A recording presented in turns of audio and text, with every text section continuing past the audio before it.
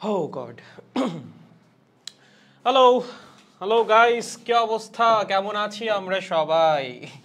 এই পরীক্ষার আগের দিন তোমরা আর কেমনই বা থাকতে পারো। যাই হোক, তোমাদেরকে এটা জিজ্ঞাসা করাটাও বৃথা। আশা করি সবাই অনেক বেশি ভালো আছো এবং তোমাদের দোয়ায় আমিও আছি মোটামুটি ঠিকঠাক।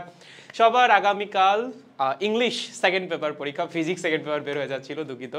তো সেই ইংলিশ সেকেন্ড পেপার পরীক্ষার জন্য আপনাদের হালকা কিছু সাজেশন দিতে আসলাম। পরীক্ষায় কি কি করবেন, কি কি আজকে আসলে পড়ে যাবেন সেগুলো একটু বলে দেই। যদি আপনার এগুলো আগে থেকে পড়া থাকে তাহলে খুব ভালো। যদি এর মধ্যে কোনোটা আপনার না পড়া থাকে, টার্গেট হচ্ছে আজকের মধ্যে এটা কমপ্লিট করে দেন কালকে পরীক্ষায় যাওয়া। ঠিক আছে? তাহলে আমরা প্রথমে একটু চেক করে নিব সবকিছু ঠিকঠাক আছে কিনা। যদি সবকিছু ঠিকঠাক থাকে আমরা আসলে দেরি করব না, কারণ তোমাদের কালকে পরীক্ষা। অযথা কথা বলে সময় নষ্ট করার কোনো মানেই হয় না। ঠিক আছে? তাহলে আমি একটু চেক করে নেই সবকিছু ঠিক আছে কিনা। ও মাই গড, দাঁড়াও, দোয়েল পাখিটা এই বেটা পোলা মানে এত খারাপ ভাই, তোদের কালকে পরীক্ষা। আপনার না মিটিং করার কথা, এখন তোমরা আসো আরো 1 ঘন্টা পরে আসো নাইম। ঠিক আছে? তোমাদের সাথে মিটিং করবো নি, ক্লাস শেষে আসতেছে নাইম, মিটিং এ দেখা হচ্ছে। ঠিক আছে? দাদা দুপুরে খাইছেন? ওরে বাবা, থ্যাংক ইউ। হ্যাঁ খেয়েছি, তুমি খেয়েছো? ইংলিশ, ইয়াস। দাদা বার্সার জার্সি পরে আছেন কেন বুঝলাম না। অবশ্যই আজকে একটা শুভ দিন, কালকে ইংলিশ পরীক্ষা, সো আজকে একটা শুভ ক্লাবের জার্সি তো পরে আসবো, তাই না? এর জন্যই বার্সেলোনার জার্সিটা পরছি, যেন তোমাদের পরীক্ষা ভালো হয়। দাদা আপনার ভিডিওর অপেক্ষায় ছিলাম, চলে এসেছি তোমার মনোবাসনা পূর্ণ করতে, কোনো সমস্যা নাই। সব নাটক, এই বেটা কিসের নাটক? চলো দাদা, পিছনের পিকটা এত ফিল্টার লাগায় সাদা করছেন কেন? এটা আমি করি নাই, বিশ্বাস করো। এটা যে কারা করছে আমি নিজেও জানি না। আর তোরে আমি চিনি ভাই, তুই কি কি কমেন্ট করিস আমাকে নিয়ে, তোকে আমি কোনো একদিন পাবো। ঠিক আছে? যেদিন তোকে আমি পাবো ওদিন তুই মাইরে বাপরে বলেও আসলে কুল পাবি না। যাই হোক, আজকের মতো তোকে ছেড়ে দিলাম। ওকে, তাহলে আসো আমরা আসলে সময় নষ্ট করবো না, আমরা হচ্ছে ডিরেক্ট চলে যাবো ইংলিশ সেকেন্ড পেপার সাজেশনে। আমাদের কালকে ইংলিশ সেকেন্ড পেপার পরীক্ষা, তোমাদের সাথে আমারও পরীক্ষা, সো আমারও দেখা লাগবে কি কি পড়ে যাওয়া লাগবে। সো আমি তোমাদের সাজেশনটা দিয়ে দিচ্ছি, তোমরা অবশ্যই ঠিকঠাকভাবে এগুলো পড়ে যাবা। এবং কোনো কিছু যদি না বুঝতে পারো তার জন্য তো আমি আছি, আমি যদি কোনো কিছু বুঝতে না পারি তাহলে তো তোমরা আছো। সো আমরা মিলেমিশে আসলে পরীক্ষাটা দিয়ে ফেলবো। ওকে, তাহলে চলেন দেরি না করে আমরা আলোচনায় চলে যাচ্ছি। প্রথমেই হচ্ছে আমরা একটু সিলেবাসটা একটু দেখে নিই, হ্যাঁ, যে কালকের পরীক্ষায় আসলে তোমার কি কি ফেস করা লাগতেছে। যেমন ইংলিশ সেকেন্ড পেপারকে যদি আমরা দুইটা ভাগে ভাগ করি, একটা হচ্ছে আমাদের গ্রামাটিক্যাল পার্ট আর একটা হচ্ছে আমাদের কম্পোজিশন পার্ট। গ্রামাটিক্যাল পার্টে কিন্তু 60 মার্কস, এবং এই 60 মার্কে যদি তুমি মানে প্রপার অ্যান্সার করতে পারো তাইলে কিন্তু 60-এ 60ই পাবা। এবং মজার ব্যাপার হচ্ছে কেউ যদি এগুলো ভালো পারে তার কিন্তু এগুলো অ্যান্সার করতে সময় লাগার কথা না। এই যে গ্রামাটিক্যাল যে পার্টটা, সেটাই কিন্তু ইংলিশ সেকেন্ড পেপারের মজা। এটা অ্যান্সার করতে কিন্তু একদমই সময় লাগে না যদি তোমার জানা থাকে, যদি তুমি প্রত্যেকটা জিনিস প্রপারলি পারো। এবং এখানে যদি সময় অনেক কম লাগে তখন আসলে তুমি কম্পোজিশন পার্টটায় একটা বিশাল সময় দিতে পারবা এবং জিনিসটাকে খুব সুন্দর মতো লিখে আসতে পারবা।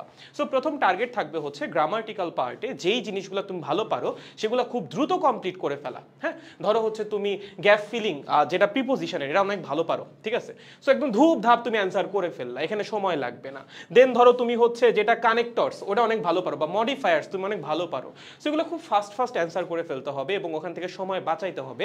দেন যেই জিনিসগুলো নিয়ে তুমি আটকায় আসো, যেই জিনিসগুলো তুমি এক দেখায় পারতেছো না, সেগুলো নিয়ে তখন তুমি চিন্তা করার সময় পাবা। কারণ তুমি যদি সব জায়গাতেই চিন্তা করো, সব জায়গাতেই সময় দাও, তখন কিন্তু সময়ের মধ্যে কভার করাটা টাফ হয়ে যাবে। ওকে, সো কয়েকটা জায়গায় আপনার অ্যাটলিস্ট স্ট্রং পয়েন্ট থাকা লাগবে। তাহলে আসেন শুরু করতেছি। প্রথম যেটা সেখানে আসবে হচ্ছে আপনার প্রিপোজিশন। আই গেস আমরা অলরেডি জানি একটা প্যাসেজের মতো থাকবে, সেই প্যাসেজে হচ্ছে কিছু ব্ল্যাঙ্ক স্পেস আপনাকে দেওয়া থাকবে এবং সেই ব্ল্যাঙ্ক স্পেসগুলাই আপনার প্রিপোজিশন বসাইতে হবে। তবে কেয়ারফুল, এখানে কিন্তু কোনো ক্লু থাকবে না, আপনাকে কোনো ক্লু দিয়ে দিবে না, এটা কমপ্লিটলি উইদাউট ক্লুজ। এবং সেই ব্ল্যাঙ্কগুলা আপনার ফিল আপ করা লাগবে হচ্ছে পারফেক্ট প্রিপোজিশন দিয়ে। এবং প্রিপোজিশনটা আসলে সহজ, লাইক একটা জিনিস রিডিং পড়লেও আসলে বোঝা যায় যে ওখানে প্রিপোজিশন কি বসবে। সো মোটামুটি এখানে আমাদের হচ্ছে 10টা আসবে, প্রত্যেকটার মার্কস 0.5 করে। দেখবা 10টার মধ্যে 6টা তুমি আসলে রিডিং পড়েই বুঝতেছো, বাকি 4টা নিয়ে হচ্ছে তোমার একটু চিন্তা করা লাগবে। এবং তোমার যদি ভালো মতো প্র্যাকটিস করা থাকে ওই 4টাও আসলে তুমি পারবা, খুব বেশি সমস্যা হবে না। ঠিক আছে, গুড, এটা গেল প্রিপোজিশন। দেন সেকেন্ড যেটা, সেটা হচ্ছে fill in the blank with এই যেরকম কিছু স্পেশাল স্পেশাল ওয়ার্ড। ঠিক আছে, তবে এইটা হচ্ছে উইথ ক্লুজ, মানে ব্যাপারটা হচ্ছে এখানেও তোমার একটা প্যাসেজ দেওয়া থাকবে এবং প্যাসেজের উপরে তোমাকে 10টা অপশন দিয়ে দিবে, মানে 10টা ওয়ার্ড বা 10টা ফ্রেজ তোমাকে দেওয়াই থাকবে, সেই ফ্রেজগুলা ব্যবহার করে হচ্ছে তোমার ফিল ইন দ্য গ্যাপ করা লাগবে। ওকে, সো উপরে যেটা ছিল সেটাও ফিল ইন দ্য গ্যাপ, এটাও ফিল ইন দ্য গ্যাপ, দুইটাতেই তোমার প্যাসেজ দেওয়া থাকবে। উপরের যে গ্যাপগুলো সেগুলো আমাদের ফিল করা লাগবে প্রিপোজিশন দিয়ে, এবং সেগুলোর জন্য কোনো অপশন বা সেগুলোর জন্য কোনো বক্স তোমাকে উপরে দিয়ে দিবে না। বাট সেকেন্ড যে পার্টটা আছে বা সেকেন্ড যে কোয়েশ্চেনটা আছে এটার জন্য হচ্ছে উপরে তোমাকে 10টা দেওয়াই থাকবে, সেই 10টার থ্রুতেই তোমার 10টা শূন্য স্থান পূরণ করা লাগবে। ওকে, তাহলে পারবো, এটা আসলে সহজ, কারণ এখানে হচ্ছে আমাদের অপশন দিয়ে দেয় তো খুব বেশি সমস্যা হয় না, পোলাপান একটু ঠান্ডা মাথায় চিন্তা করলেই আসলে পেরে যায়। ওকে, দেন হচ্ছে 3 নাম্বারটা হচ্ছে completing sentence with clause and phrases. Okay, so এখানে যেটা হবে তোমাকে হচ্ছে টোটাল কয়টা, টোটাল হচ্ছে 10টা সেন্টেন্স দিয়ে দিবে, 10টা একদম ইন্ডিভিজুয়াল সেন্টেন্স দেওয়া থাকবে। সেন্টেন্সের প্রথম পার্ট দেওয়া থাকবে, লাস্টের পার্ট দেওয়া থাকবে না, বা লাস্টের পার্ট দেওয়া থাকবে, প্রথম পার্ট দেওয়া থাকবে না, বা শুরুতে কিছুটা দেওয়া থাকবে, শেষে কিছুটা দেওয়া থাকবে, মাঝখানেরটুকু দেওয়া থাকবে না। ওকে, সো সেটা হচ্ছে আপনার ফিল আপ করা লাগবে, বাট এখানে কিন্তু আপনার কোনো ক্লু দেওয়া থাকবে না, আপনার নিজের মতো করে চিন্তা করে ফিল আপটা করা লাগবে। তবে তুমি যদি এগুলো প্র্যাকটিস করে যাও দেখবা ঘুরে ফিরে ওই একই জিনিসই তোমার মাথায় অলরেডি অনেক আইডিয়া চলে আসবে এবং তুমি আসলে খুব সুন্দর মতো ফিল আপ করে আসতে পারবা। তবে এখানে একটু খেয়াল রাখো কোনোভাবেই ভার্বের যে ব্যবহার সেটা যেন এখানে ভুল না হয়, ঠিক আছে? অবশ্যই তোমার প্রপার টেন্স মেনটেন করা লাগবে, প্রপার স্ট্রাকচার মেনটেন করা লাগবে সেন্টেন্সের, আদারওয়াইজ কিন্তু জিনিসটা ভুল হয়ে যাবে।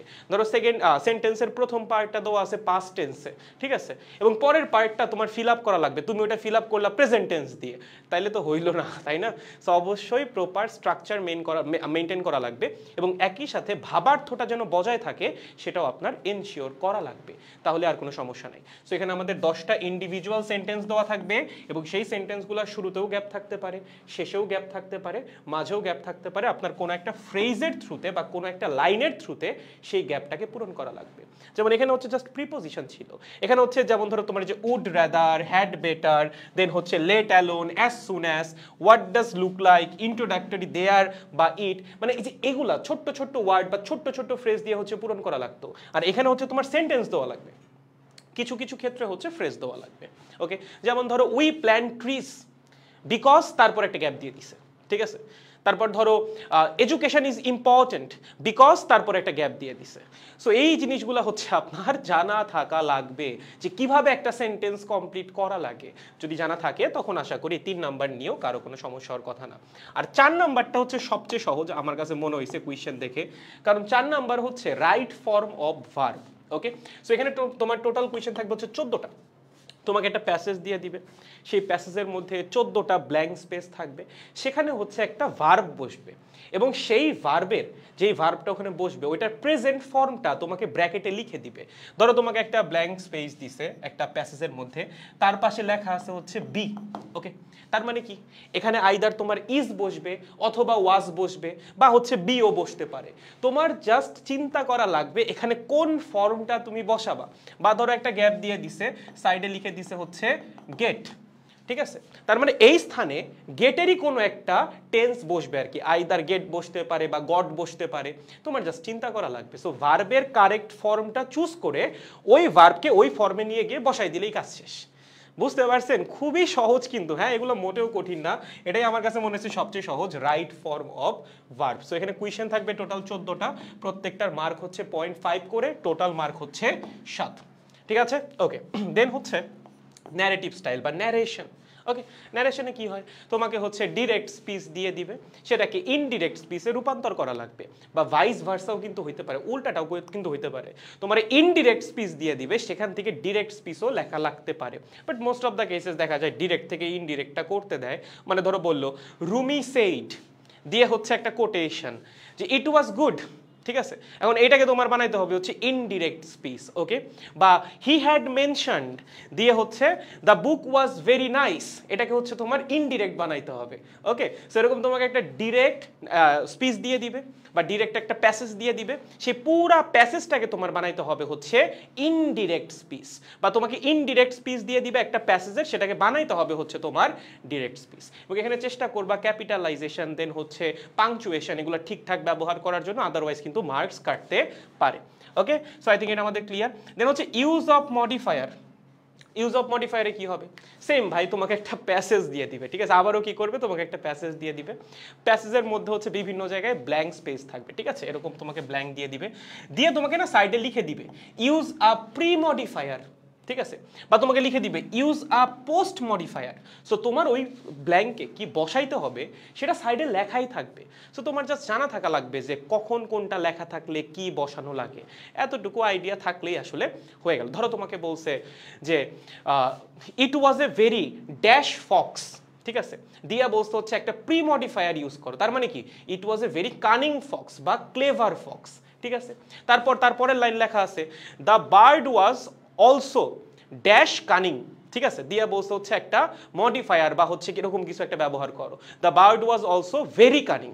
ওকে, সো এরকম একটা ব্ল্যাঙ্ক দেওয়া থাকবে, দিয়ে হচ্ছে সাইডে আপনাকে লিখেই দিবে ওই ব্ল্যাঙ্ক স্পেসের মধ্যে কি বসানো লাগবে।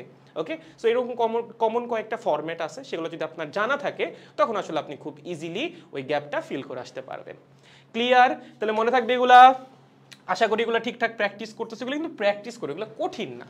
তুমি যখন এগুলো প্র্যাকটিস করবা, মানে একটু যদি তোমার পড়া থাকে, ধরো তুমি মোটামুটি যদি 10টা করে প্র্যাকটিস করে যাও, তুমি আসলে খুব সুন্দর একটা আইডিয়া পেয়ে যাবে। আশা করি কালকে থেকেই প্র্যাকটিস করতেছো, না করে থাকলে বা কোনোটার যদি প্র্যাকটিস করা বাদ থাকে, আমার সাজেশন হচ্ছে প্র্যাকটিস না করে যাও না ভাই, প্র্যাকটিস করে যাও। তুমি মনে করতেছো যে আমি পরীক্ষার হলে রিডিং পড়ে পড়ে সলভ করে ফেলবো, এটা আসলে মানে টাফ হয়ে যাবে, মানে সবগুলা পারাটা টাফ হয়ে যাবে।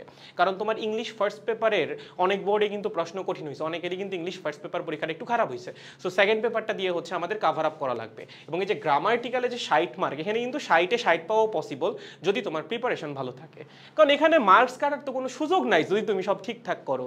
টিচার তো তার মন মতো মার্কস কাটতে পারবে না। সো এখানে 60-এর মধ্যে 60 পাওয়াও পসিবল যদি তোমার সব গ্রামার একদম পারফেক্ট হয়, ঠিক আছে। ওকে, দেন হচ্ছে কানেক্টার্স। কানেক্টার্সটা আসলে সহজ আছে, মানে হচ্ছে তোমার কিছু কনজাংশন ব্যবহার করা লাগবে, দুইটা সেন্টেন্সকে বা সেন্টেন্সের দুইটা পার্টকে হচ্ছে কানেক্ট করা লাগবে। ওকে, ধরো তোমারে বললো dash I was waiting from the morning, since I was waiting from the morning, এরকম একটা সিন্স তোমার বসাইতে হবে, ঠিক আছে।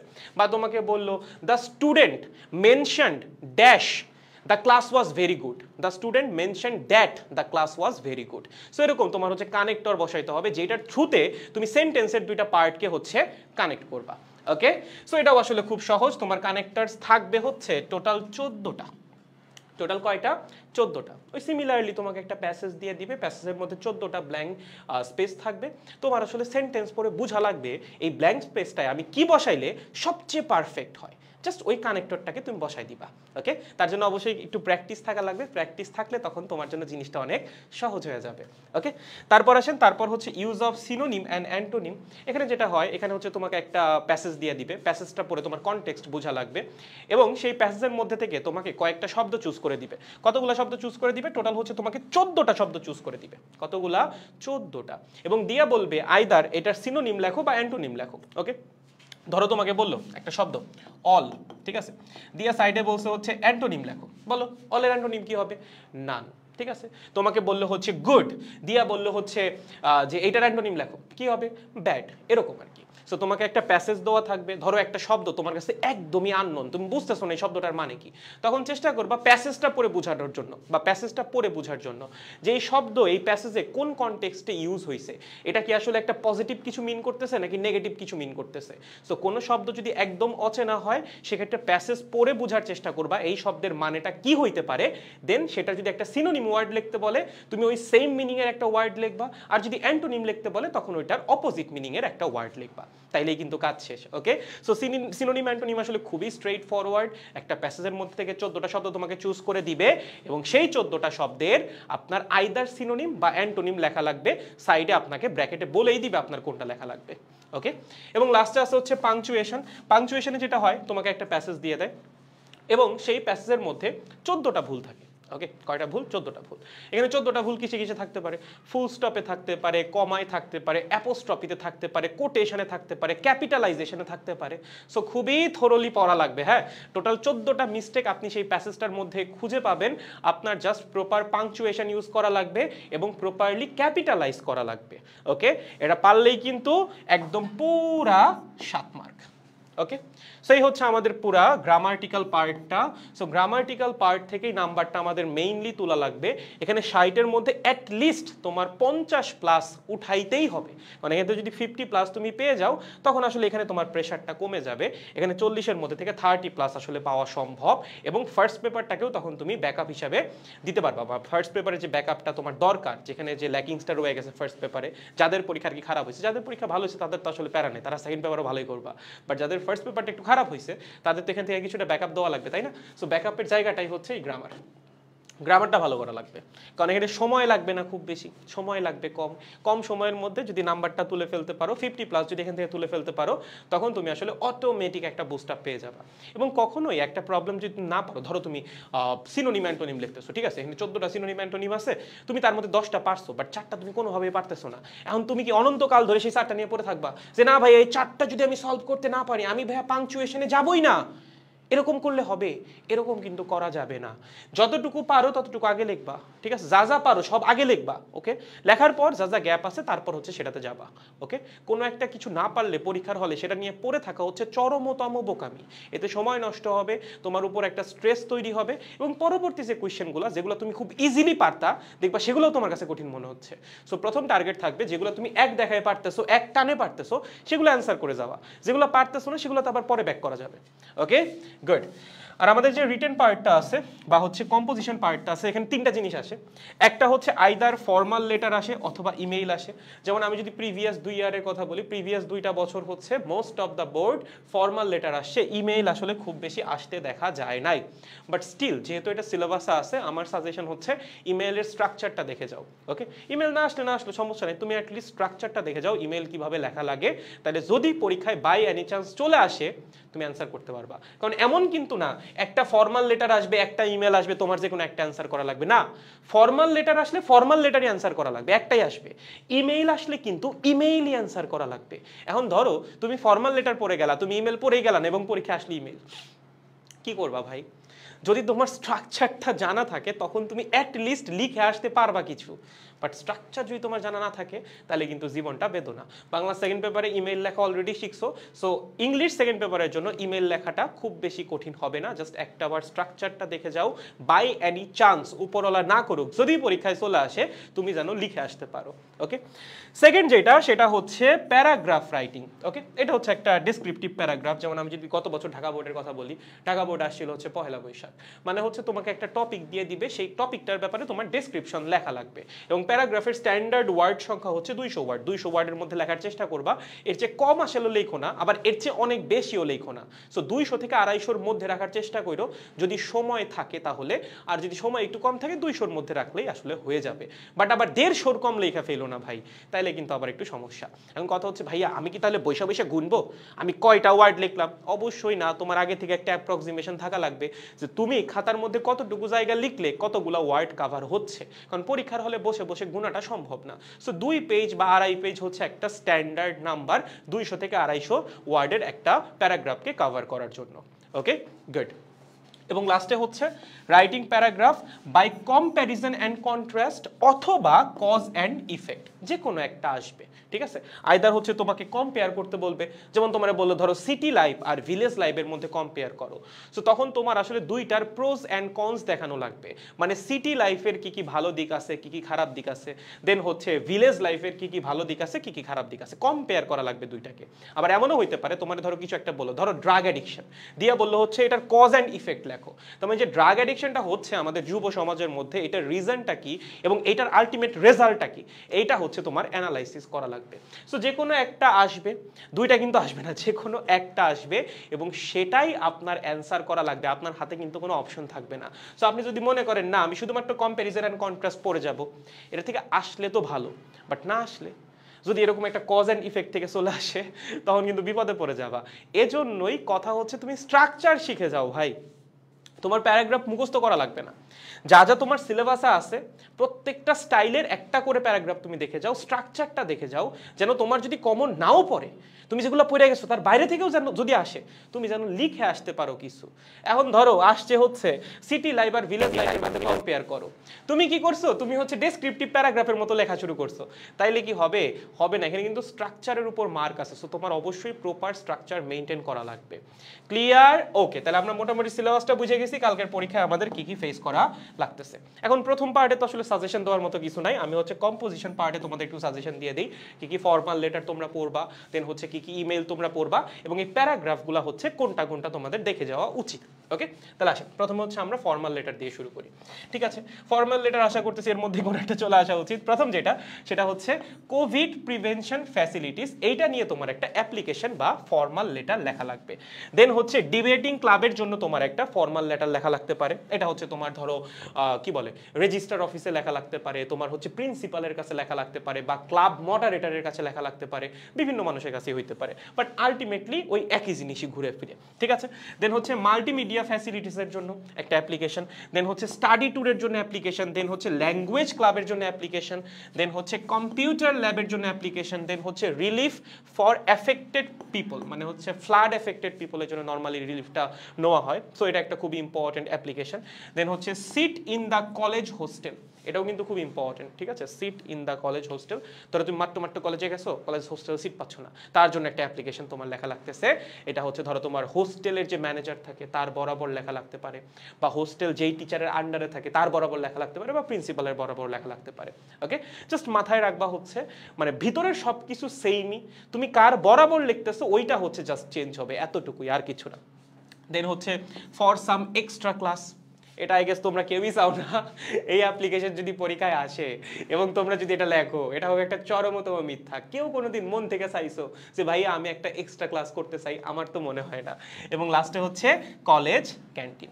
সো এই হচ্ছে টোটাল আমাদের 10টা ফর্মাল অ্যাপ্লিকেশন বা ফর্মাল লেটার। এগুলা মোটামুটি পড়ে গেলে আশা করতেছি তোমার বোর্ডে কমন চলে আসবে। এবং আরেকটা কোয়েশ্চেন যেটা অ্যারাইজ করছিল, আমি দেখলাম কিছু কিছু স্টুডেন্ট জিজ্ঞাসা করতেছো যে ভাই ফর্মাল লেটারে যদি কলেজের নাম উল্লেখ করা না থাকে সেক্ষেত্রে আমি কলেজের নাম কি লিখবো? আমি কি নিজের কলেজের নাম লিখবো নাকি এক্স কলেজ লিখে দিব?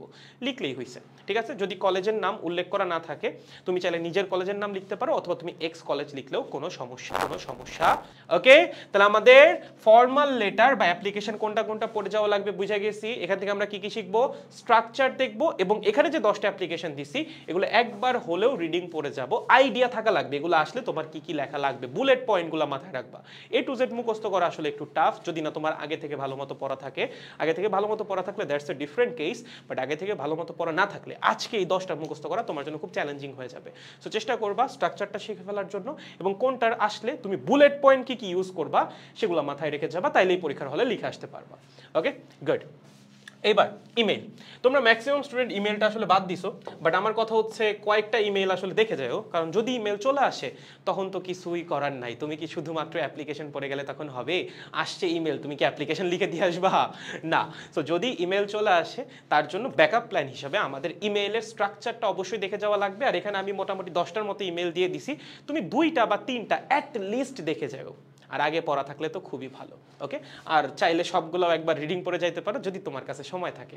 সময় না থাকলেও একদম মিনিমাম টাইম থাকলেও 2টা বা 3টা পড়ে যাও, যেন আসলে কিছু একটা লিখে দিয়ে আসতে পারো ভাই। আর স্ট্রাকচারটা অবশ্যই দেখে যাওয়া লাগবে। Okay, email telling the progress of your studies, এটা হইতে পারে তুমি তোমার বাবার কাছে লিখতেছো, হইতে পারে তুমি তোমার ফ্রেন্ডের কাছে লিখতেছো, যে কারো কাছেই হইতে পারে, বা তুমি তোমার বড় ভাইয়ের কাছে লিখতেছো। দেন হচ্ছে প্রিপারেশন ফর এক্সাম, সেম, তুমি তোমার ফ্রেন্ডের কাছে লিখতে পারো, তোমার বাবার কাছে লিখতে পারো, তোমার বড় ভাইয়ের কাছে লিখতে পারো, বা তোমার কোনো টিচারের কাছেও লিখতে পারো। দেন হচ্ছে অ্যাডভান্টেজ অফ লার্নিং ইংলিশ, এটা হচ্ছে নর্মালি ফ্রেন্ড বা হচ্ছে ছোট ভাইয়ের জন্য লেখা হয় আর কি। ঠিক আছে, দেন হচ্ছে কনগ্রাচুলেশনস অন ব্রিলিয়ান্ট সাকসেস, এটা ফ্রেন্ড বা ছোট ভাইয়ের জন্য। দেন প্ল্যান আফটার এইচএসসি এক্সামিনেশন, এটা তুমি তোমার কোনো ফ্যামিলি মেম্বারের কাছে লিখতে পারো, বা তুমি তোমার কোনো ফ্রেন্ডের কাছেও লিখতে পারো। ওকে, দেখো এগুলো সবই কিন্তু তোমাদের জানা, এগুলো কি খুব বেশি নতুন কিছু না, এগুলো তোমরা আগেও পড়ছো, তোমরা 9-10-এও পড়ছো, 7-8-এও এই ইমেলগুলোই পড়ছো, বা এই কনটেক্সটের ইমেল তোমরা আগেও পড়েছো, বাংলাতেও পড়েছো। জাস্ট একটা বার দেখে যাও, যদি পরীক্ষায় চলে আসে যেন লিখে আসতে পারো, কারণ লিখতে না পারলে কিন্তু অবস্থা খারাপ। দেখো কত মার্কস? 10 মার্কস মনে হয় না, এখানে ইমেইলে হচ্ছে 10 মার্কস। সো তুমি যদি ইমেলটাই মানে উল্টাপাল্টা করে দিয়ে আসো, ধরো 10-এর মধ্যে তুমি পাইলে 5, এখানেই কিন্তু 5 নাই, এই কাজ কিন্তু করা যাবে না, ঠিক আছে? সো অবশ্যই পরীক্ষায় আসলে ঠিকঠাকভাবে লিখতে পারা লাগবে। দেন 6 নাম্বারটা importance of reading newspaper, গুরুত্বপূর্ণ। Then routine of the HSC examination, মানে হচ্ছে রুটিনটা অ্যানালাইসিস করে তোমার ধরো একটা ইমেল লেখা লাগবে, যে রুটিনটা কি ভালো হইলো নাকি খারাপ হইলো, রুটিনের মধ্যে কি কি ভালো দিক আছে কি কি খারাপ দিক আছে, এগুলো হচ্ছে তুমি ধরো এক্সপ্লেইন করে তোমার কোনো একটা ফ্রেন্ডকে ইমেল লিখবা, ওকে? সো আইডিয়া থাকা লাগবে।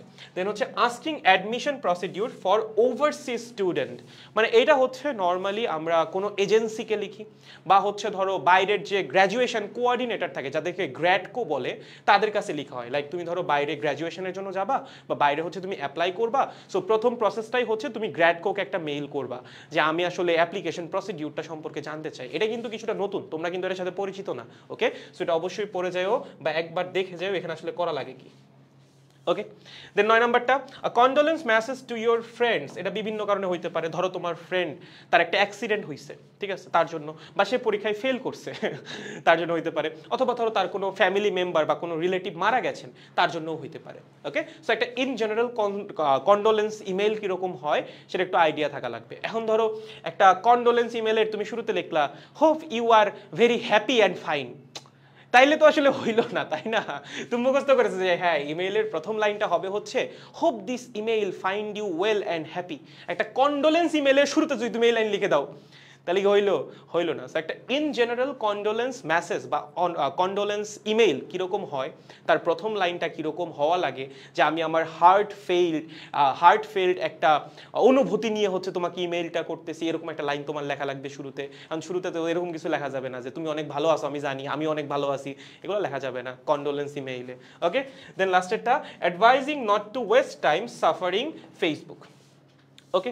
এটা ধরো তুমি তোমার ছোট ভাই বা ফ্রেন্ডকে লিখতেছো, ঠিক আছে? সো এই হচ্ছে মোটামুটি 10টা ইমেইল, এগুলো আপনার কালকের পরীক্ষার জন্য গুরুত্বপূর্ণ, যেগুলো অলরেডি আপনারা পড়ছেন সেগুলো আর দেখার দরকার নাই। এই 10টার মধ্যে কোনোটা যদি না পড়া থাকে বা কোনো টাইপটা যদি না পড়া থাকে একটাবার দেখে যান। স্পেশালি হচ্ছে ওভারসিজ অ্যাডমিশনের জন্য হচ্ছে তুমি একটা মেইল পাঠাচ্ছ, এটা একটু দেখে যাও, কারণ এটা তোমাদের কাছে কিছুটা নতুন। আর হচ্ছে কন্ডোলেন্স মেসেজওয়ালা যে ইমেলগুলা সেগুলো যে কোনো একটা দেখে যাও, কারণ এগুলো হচ্ছে প্রথম লাইনটা এবং লাস্টের দিকের লাইনটা হচ্ছে একটু ডিফারেন্ট হয়, অন্যগুলা যেরকম হয় এগুলো হচ্ছে হালকা একটু ডিফারেন্ট হয়, ঠিক আছে?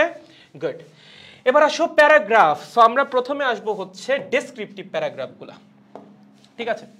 এবং এই প্যারাগ্রাফে কিন্তু 15 মার্কস ভাই। কত মার্কস? 15 মার্কস। সো আমরা ডেসক্রিপটিভ প্যারাগ্রাফ হচ্ছে মাত্র 5টা দিচ্ছি, হ্যাঁ? কয়টা? মাত্র 5টা, ঠিক আছে? আসলে এর মধ্যে থেকে ভালো, নাইলে হচ্ছে এর বাইরে তোমরা একটু বোর্ড কোয়েশ্চেনগুলোও দেখবা, হ্যাঁ? এই 5টা হচ্ছে একদম টপ মোস্ট ইম্পর্টেন্ট প্যারাগ্রাফ। এর বাইরে যে বোর্ড কোয়েশ্চেনগুলো আছে অবশ্যই আমরা কি করব, একটু বোর্ড কোয়েশ্চেন দেখে যাব। কি করব? বোর্ড কোয়েশ্চেনস দেখে যাব, মানে বোর্ড কোয়েশ্চেনে যে প্যারাগ্রাফগুলো আসছে, ওকে? অবশ্যই দেখবা। কিন্তু এর পাশাপাশি অ্যাডিশনালি আমরা কি দেখব, আবারও বলতেছি আমি কিন্তু টপ মোস্ট ইম্পর্টেন্ট 5টা নিয়ে আসছি, বাট এর বাইরে যে বোর্ড কোয়েশ্চেন আছে সেটাও কিন্তু একটু দেখে যাওয়া লাগবে, ঠিক আছে? তাহলে প্রথমত female education, very very important, খুবই গুরুত্বপূর্ণ ভাই। এটা বাংলাতেও গুরুত্বপূর্ণ ছিল, এটা ইংলিশেও গুরুত্বপূর্ণ। দেন পহেলা বৈশাখ, এটা লাস্ট ইয়ার ঢাকা বোর্ডে আসছে, এই বছরও কোনো না কোনো বোর্ডে পহেলা বৈশাখ চলে আসতে পারে। Then uses and abuses of internet অথবা সোশ্যাল মিডিয়া, এটাও কিন্তু খুবই ইম্পর্টেন্ট। দেন হচ্ছে ইন্টারন্যাশনাল মাদার ল্যাঙ্গুয়েজ ডে, এটাও খুবই ইম্পর্টেন্ট। দেন হচ্ছে ইম্পর্টেন্স অফ স্পোর্টস, এটাও ইম্পর্টেন্ট। আরেকটা আছে না ফুড অ্যাডাল্টারেশন, এটাও আসলে ইম্পর্টেন্ট, হ্যাঁ? এটাও আমি একটু লিখে দিই, ফুড অ্যাডাল্টারেশন, ওকে? অ্যাডাল্টারেশন বানান কি আমি আসলে জানি না, লিখে দিলাম আর কি। যাই হোক, এটাও আসলে খুবই গুরুত্বপূর্ণ, এটাও আসলে একটু পড়ে যায়, ওকে? সো ডেসক্রিপটিভ এই প্যারাগ্রাফগুলোর সাথে আমরা আসলে আগে থেকেই পরিচিত, কারণ আমরা ছোটবেলায় যে প্যারাগ্রাফগুলো লিখতাম সেগুলো সব আসলে ডেসক্রিপটিভ প্যারাগ্রাফই ছিল। সো ডেসক্রিপটিভ প্যারাগ্রাফের স্ট্রাকচার সম্পর্কে আমার মনে হয় না কারো খুব বেশি সমস্যা আছে, এগুলো আসলে তোমরা আসলে লিখে আসতে পারবা। প্যারাটা হয় হচ্ছে পরের প্যারাগ্রাফটা নিয়ে, ঠিক আছে? প্রথম প্যারাগ্রাফটা হচ্ছে আমাদের সেই পরিচিত প্যারাগ্রাফটাই, অনন্তকাল ধরে যেই প্যারাগ্রাফ পড়ে আসতেছি সেটাই ডেসক্রিপটিভ প্যারাগ্রাফ, ওকে? সো এই হচ্ছে মোটামুটি 5টা বা 6টা ডেসক্রিপটিভ প্যারাগ্রাফ। এর বাইরেও বলতেছি বিগত বছরগুলোয় বোর্ডে যে প্যারাগ্রাফগুলো আসছে সেগুলো আমাদের একটু দেখে যাওয়া লাগবে, ওকে, এখন মুখস্থ যে লাইন বাই লাইন করা লাগবে এমন না। দেখো ইংলিশে যে ভুলটা আমরা বারবার করি, তুমি যদি অনেক আগে থেকে ইংলিশ ভালো মতো পড়ো তাইলে ভাই তুমি মুখস্থ করছো এতদিন, তোমার এখন আর নতুন করে মুখস্থ করার কিছু নাইও। বাট তুমি যদি এতদিন ধরে না পড়ে থাকো, তুমি যদি মনে করো আজকে রাতের মধ্যে সব প্যারাগ্রাফ তুমি মুখস্থ করে যাবা, তুমি মোটামুটি 20টা প্যারাগ্রাফ যদি মুখস্থ করে যাও, তুমি দেখবা কালকে পরীক্ষার হলে যে তোমার একটাও মনে নাই। ঠিক আছে, সেভাবে পড়া যাবে না। তুমি একটা কাজ করো, তুমি একটা খাতা নাও, খাতার মধ্যে হচ্ছে প্রত্যেকটা প্যারাগ্রাফের কিছু বুলেট পয়েন্ট লিখে রাখো, যে হ্যাঁ এই প্যারাগ্রাফটা যদি আসে আমার এই পয়েন্টটা নিয়ে লেখা লাগবে, এই পয়েন্টটা নিয়ে লেখা লাগবে। একটা প্যারাগ্রাফের যদি 5টা বা 6টা বুলেট পয়েন্ট তোমার জানা থাকে, তখন আসলে তুমি সেটা লিখে আসতেই পারবা। ঠিক আছে, তাইলে আই গেস সেটার আইডিয়া আমাদের ক্লিয়ার। আমরা ডেসক্রিপটিভ প্যারাগ্রাফ কোনটা কোনটা পড়ে যাবে। এখানে মার্কস কিন্তু 15 মার্ক ভাই, বুঝে শুনে লেখা লাগবে। হ্যাঁ, কাটাকাটি করবো না লেখার সময়। 2 লাইন লিখছি, 3 নাম্বার লাইন কাটছি, মাঝখানে কাটছি, ভাইয়া এই হচ্ছে আমার পেজ, হ্যাঁ এই পেজে আমি এখানে কাটছি, এখানে ভাইয়া কাইটা শেষ করে ফেলছি। তোমার মনে হচ্ছে তোমার এখানে 15 দিবে কাটাকাটি করলে? না, অবশ্যই লেখা নিট অ্যান্ড ক্লিন হওয়া লাগবে। তোমার যে হাতের লেখা সেটা কি হওয়া লাগবে? অবশ্যই নিট অ্যান্ড ক্লিন, পরিষ্কার হতে হবে হাতের লেখা, ওলট পালট করা যাবে না। ঠিক আছে, সুন্দরভাবে লিখতে হবে, গুছাই লিখতে হবে, প্রেজেন্টেশন সুন্দর হইতে হবে। Okay good.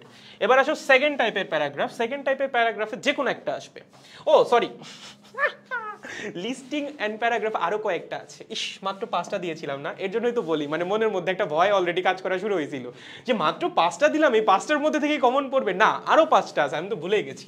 এই যে আরো 5টা আছে, দেখো সেটা হচ্ছে globalization and modern technology, very important. Then হচ্ছে অ্যান আইডিয়াল স্টুডেন্ট, মানে তোমার নিজের কথা লেখা লাগবে, মনের ভুলেও না, নিজের কথা কিন্তু লেখো না অ্যান আইডিয়াল স্টুডেন্টে, তাহলে কিন্তু 1 নাম্বারও পাবা না, -15 পাইতে পারো।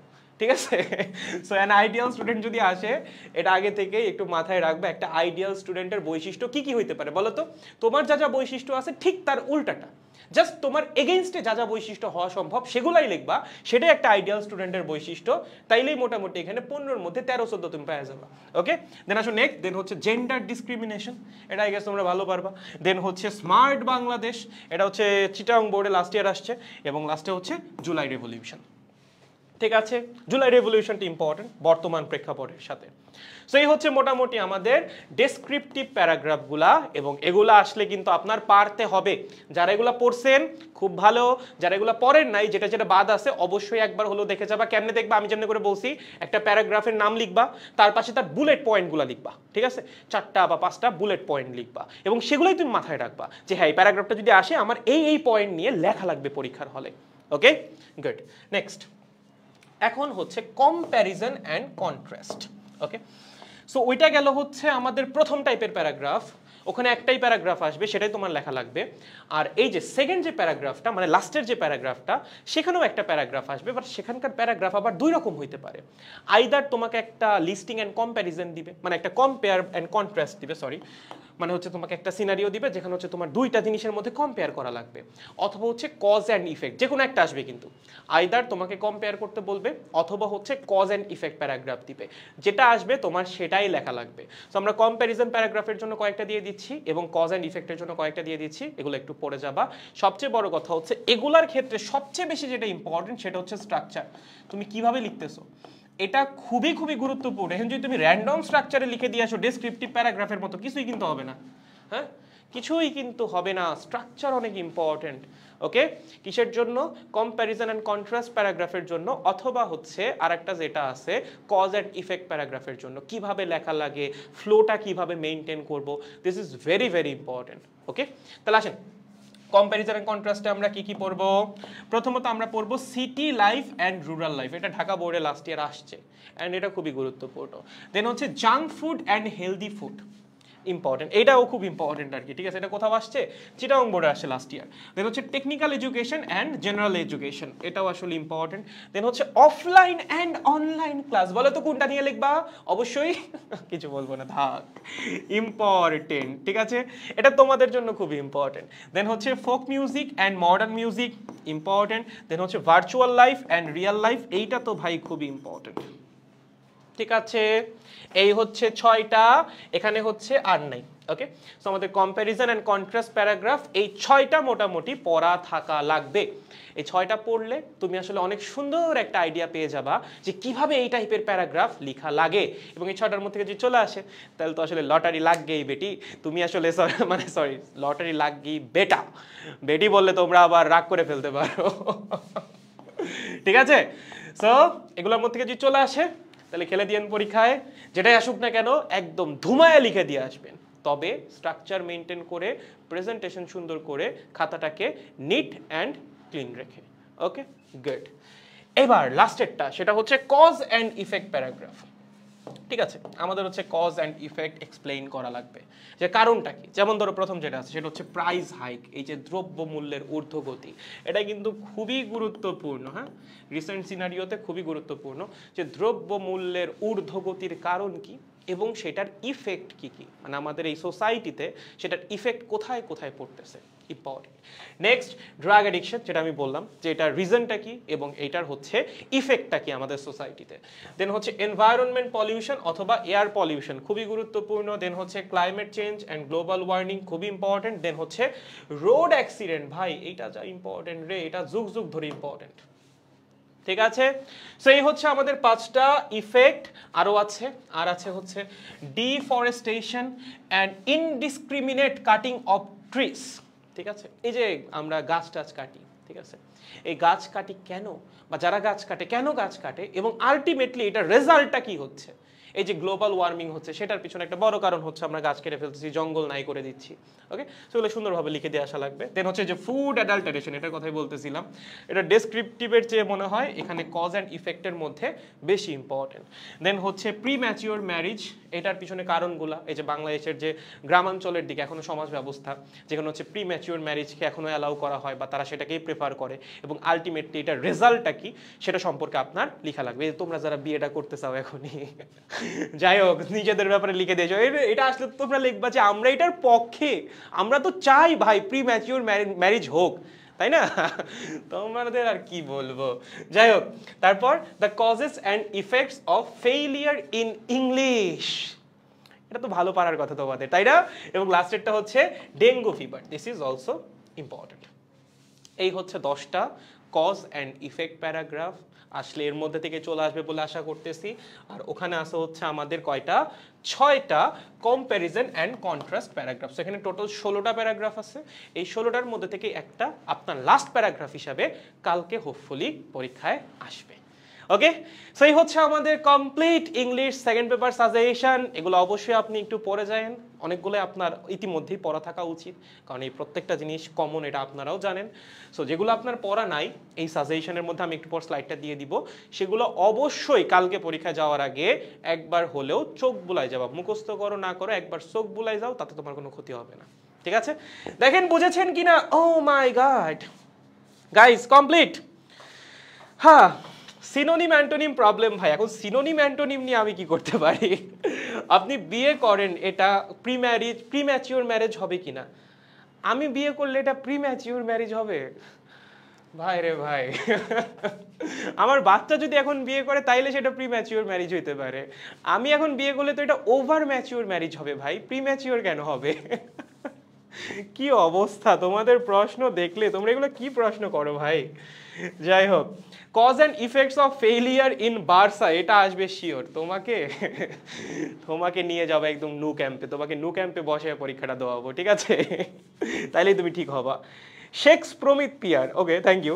আপনি যদি বিয়ে করেন এটা কি প্রিম্যাচিওর ম্যারেজ হবে? আরে ভাই, আমি বিয়ে করলে কেন প্রিম্যাচিওর হবে? আচ্ছা ঠিক আছে, যাও, তোমাদের মনোবাসনা পূর্ণের জন্য ধরেই নিলাম আমি বিয়ে করলেও সেটা প্রিম্যাচিওর ম্যারেজ হবে, তাও ভাই পড়ালেখা কর, ঠিক আছে? এগুলো নিয়ে চিন্তা করা লাগবে না। খুশি? আমি রাজি হয়েছি, খুশি তো, এখন পড়ালেখা কর, ঠিক আছে?